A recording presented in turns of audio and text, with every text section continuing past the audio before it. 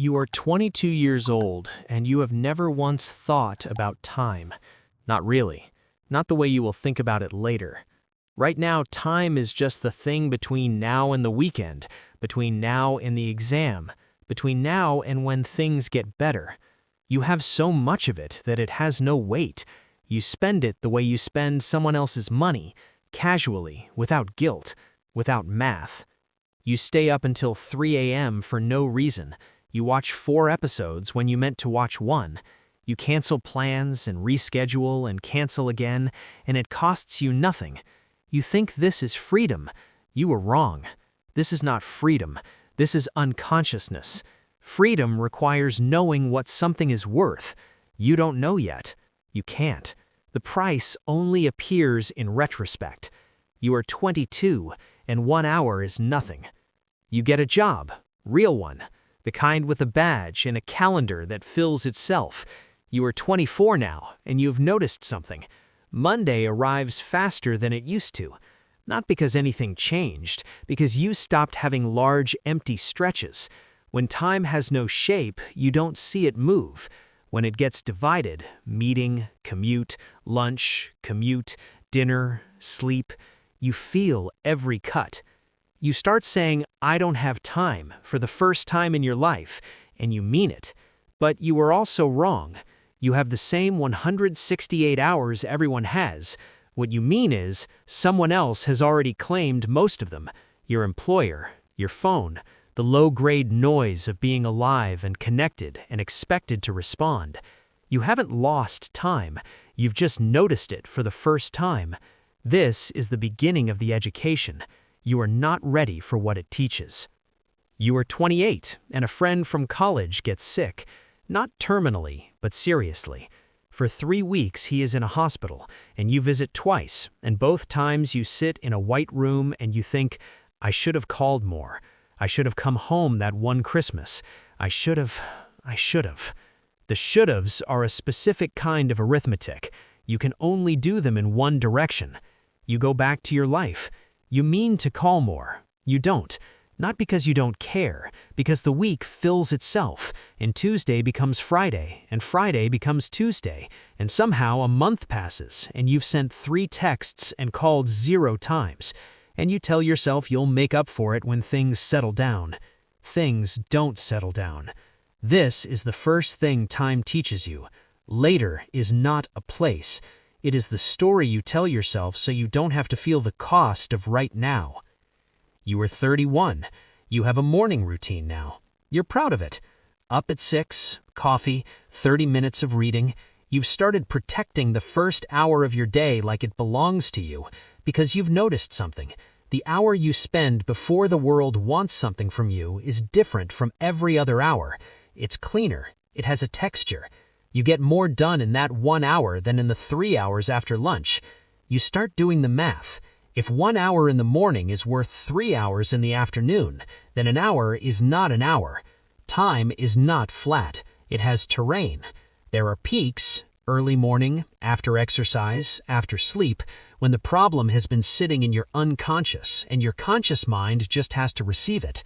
And there are valleys, post-lunch, mid-meeting, the 4 p.m. fog that descends like a system update you didn't ask for. You start thinking about your hours differently. Not how many, which ones, where they fall in the terrain, what you put there. You are 31, and 1 hour has started to have a shape. You are 36. You have a child now. This is when time breaks, not in a metaphorical way, structurally. The child does not understand the calendar. The child does not care about the meeting. The child exists in pure present tense, which is beautiful, and which is also the most demanding thing you have ever experienced. Because to be fully present with a child, you have to surrender the part of your brain that is always planning, always 3 steps ahead, always somewhere other than here. Most people can't do it. You can't do it, not at first. You sit with her on the floor, and you are also composing an email in your head. You read to her, and you are also thinking about the conversation you need to have tomorrow. You are physically there and mentally somewhere else, and she is 3 years old, and she doesn't know the difference yet. But you know, and the knowing costs you something. because you were spending the hour, but you were not getting the hour. This is the second thing time teaches you. Presence is a skill, and most people spend 40 years not developing it. The parents who say it goes so fast, they are right. Not because it moves fast, because they were somewhere else while it was moving. You are 41. You run into someone you haven't seen in 10 years. You say, "We should catch up." They say, "Absolutely, yes." You both mean it. You both have your phones out. You exchange numbers you already have. You walk away and you both know you will not catch up. Not because you don't want to, because the catching up requires a 2-hour dinner, and the 2-hour dinner requires a night that works for both of you, and that night is always 3 weeks out, and then something comes up, and then it's been 6 weeks, and then it's been a year. You used to think this was a social failure, a discipline problem. People who stayed in touch were better people, more organized, more intentional. You understand now it's structural. The people who stay in your life are the ones who are already in your routine. Everyone else is a scheduling problem, and scheduling problems left to themselves resolve to never. So you stop waiting for the perfect time to reach out. You send the voice note at 7 a.m. You call from the car. You show up unannounced with coffee the way people used to before everyone had a calendar.